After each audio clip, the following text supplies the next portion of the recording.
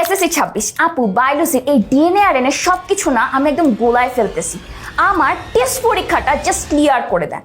আজকের এই ভিডিওতে আমি তোমাদেরকে দ্বাদশ অধ্যায় থেকে জাস্ট কয়েকটা লাইন বলবো যেখান থেকে তোমার টেস্ট এবং এসএসসি পরীক্ষার এমসিকিউ এবং এসকিউতে কমন পড়বেই পড়বে 100%। চলো তাহলে শুরু করি। তাহলে আমাদের এই দ্বাদশ অধ্যায় থেকে কোন লাইনগুলো আপু তোমাদের জন্য দাগিয়েছি, চলো তাহলে শুরু করা যাক।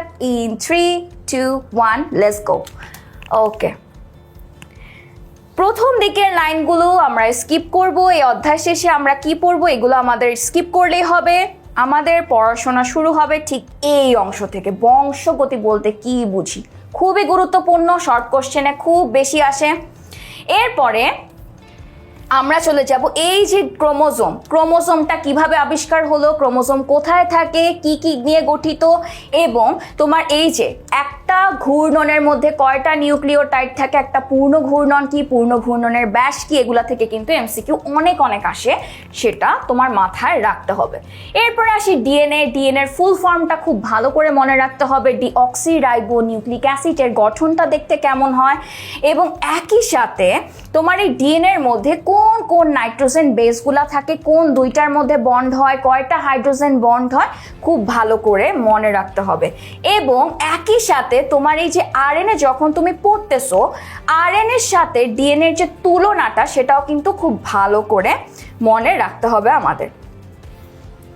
ওকে, এই যে আরএনএর ফুল ফর্মটা কি, রাইবো নিউক্লিক অ্যাসিড, এবং আরএনএতে তোমার নাইট্রোজেন বেসে কিছুটা পরিমাণে তুলনা আছে। সেটা কি বলতো, এখানে থায়ামিন থাকে না, থাকে কি ইউরাসিল। এগুলা ভালো মতো মনে রাখতে হবে। এবং তোমার ডিএনএ কোন কোনটার মধ্যে অনুপস্থিত, যেমন টিএমভি, টোব্যাকো, মোজাইক ভাইরাস, খুব ভালো মতো পড়তে হবে, কারণ এই যে ছোট ছোট জিনিসগুলো দেখতে পাচ্ছ এগুলো থেকে কিন্তু এমসিকিউ চলে আসে। ওকে, এরপর জিন কাকে বলে, জিনের অবস্থানকে যে আমরা লোকাস বলি, খুব ভালো করে পড়তে হবে।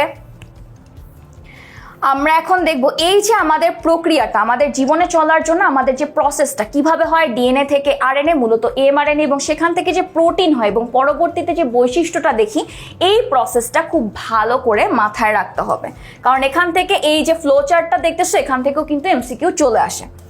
ওকে, এরপরে তো খুবই চমৎকার একটা আমাদের পরীক্ষা যেটা আমাদের মেন্ডেল সাহেব করছিলেন, সেটা ভালো মতো মনে রাখতে হবে। এবং এটা মনে রাখার পাশাপাশি এই যে এখানে যে চিত্রটা সেটাও খুব ভালো করে মনে রাখবা, কারণ এখান থেকেও কি এমসিকিউ দিয়ে দেয় যে তোমার বললো যে প্রথম প্রজন্মে আমার প্রকট জিনের পরিমাণটা কতটুকু থাকবে বা প্রচ্ছন্ন জিনের পরিমাণটা কতটুকু থাকবে, এখান থেকে কিন্তু এমসিকিউ অনেক আসে। তাই প্রক্রিয়াটা ভালো মতো পড়তে হবে এবং বুঝতে হবে কিভাবে তোমার এই জাইগোটগুলা তৈরি হচ্ছে। ডিএনএ অনুলিপন কিভাবে হয়, একটা থেকে যে দুইটা হচ্ছে, এগুলাও ভালো মতো পড়তে হবে। এবং কেন এটাকে অর্ধ রক্ষণশীল বলা হয়, এটা কিন্তু খুবই কমন একটা শর্ট কোশ্চেন, এটাও মাথায় রাখতে হবে।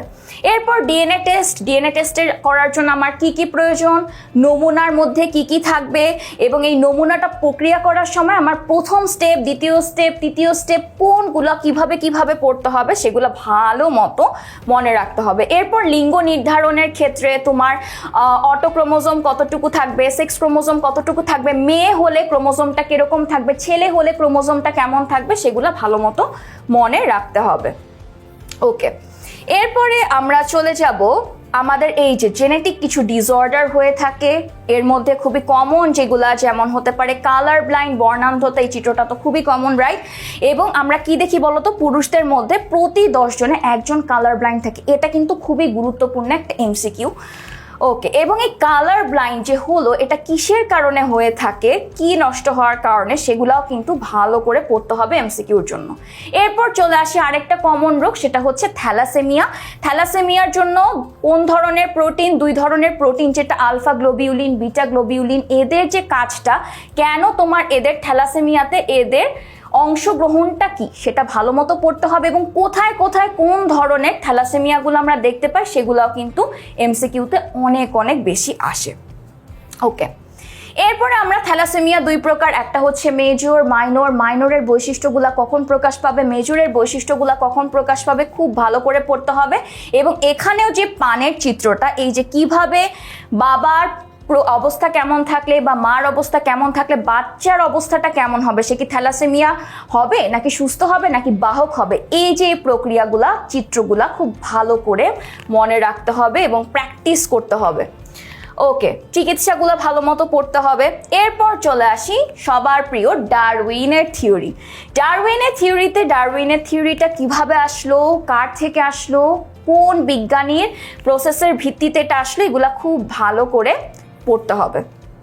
ওকে, এরপরে এই যে এভলভেরি শব্দ থেকে যে আমাদের এই শব্দটা আসলো, এভলিউশন শব্দটা, এগুলা খুব ভালো করে মনে রাখতে হবে। এরপর আমরা চলে আসবো ডারউইনের তত্ত্বতে। ডারউইনের তত্ত্বগুলার মধ্যে এই যে ডারউইনের মতবাদটা কিভাবে আসলো, এখানে পুরা প্রক্রিয়ার লাইনগুলা, যেমন কয়েকটা লাইন খুবই গুরুত্বপূর্ণ। এই যে origin of species by means of natural selection, এই বইটার নামটা খুব ভালো করে মনে রাখবা। ওকে, এবং এই যে তত্ত্বগুলার মধ্যে পয়েন্টগুলো আছে, অত্যধিক হারে বংশবৃদ্ধি, সীমিত খাদ্য, বাসস্থান, অস্তিত্বের জন্য সংগ্রাম, তারপর সংগ্রামগুলা যত প্রকারভেদটা, এদের মধ্যে যে পার্থক্যগুলা, এবং তারপরের পয়েন্টটা কি প্রকরণ বা জীবদেহে পরিবর্তন, এগুলার যে লাইনগুলা, ছোট ছোট কিছু লাইন আমাদের যেমন মনে রাখতে হবে। যেমন এরকম এসকিউতে দিতে পারে, প্রকরণ বা পরিবৃত্তি বলতে তুমি কি বুঝো। ওকে, এরপরে যে প্রাকৃতিক নির্বাচন, সবগুলো পয়েন্টের মধ্যে এই পয়েন্টটা খুবই গুরুত্বপূর্ণ, কারণ এই পয়েন্টটা শর্ট কোশ্চেনে অনেক বেশি পরিমাণে আসে। আর আরেকটা হচ্ছে সংগ্রামের যে পয়েন্টটা আমরা দেখলাম, এই সংগ্রামের পয়েন্ট এবং হচ্ছে তোমার এখানের এই প্রাকৃতিক নির্বাচনের পয়েন্টটা খুব ভালো মতো পড়তে হবে। এবং তারপর চলে আসবে নতুন প্রজাতির উৎপত্তি নিয়ে, এবং এই যে এই পয়েন্টগুলা, তোমার মূল প্রজাতির থেকে পৃথক হয়ে যাওয়া, তারপর কি সংকরায়ন প্রজাতিতে কোষ বিভাজনের মাধ্যমে, এই পয়েন্টগুলা খুব ভালো মতো পড়বে। এবং এখানে দেখো পলিপ্লয়েডি, হাইব্রিডাইজেশন, এগুলা থেকেও কিন্তু, এই যে ছোট্ট ইংলিশ ওয়ার্ড থেকেও কিন্তু তোমার এমসিকিউ আসে এবং শর্ট কোশ্চেনও আসে। এবং তারপরে প্রজাতির টিকে থাকার জন্য কোন কোন প্রক্রিয়াগুলা এবং অভিযোজন জিনিসটা আসলে কি, এটাও কিন্তু শর্ট কোশ্চেনে অনেক বেশি আসে। তো এই তো আমাদের এই দ্বাদশ অধ্যায় থেকে এগুলাই ছিল ইম্পর্টেন্ট লাইন, যেগুলা পড়লে তুমি কমন পাবেই পাবে। দ্বাদশ অধ্যায় তো দিয়ে দিলাম, বাকি অধ্যায় সাজেশন কি চাই? যদি চাই, কমেন্টে দেয়া গ্রুপের লিঙ্কে ছটপট জয়েন করে ফেলি। আর আপু কিন্তু তোমাদের সবার জন্য অপেক্ষা করতেছি গ্রুপে।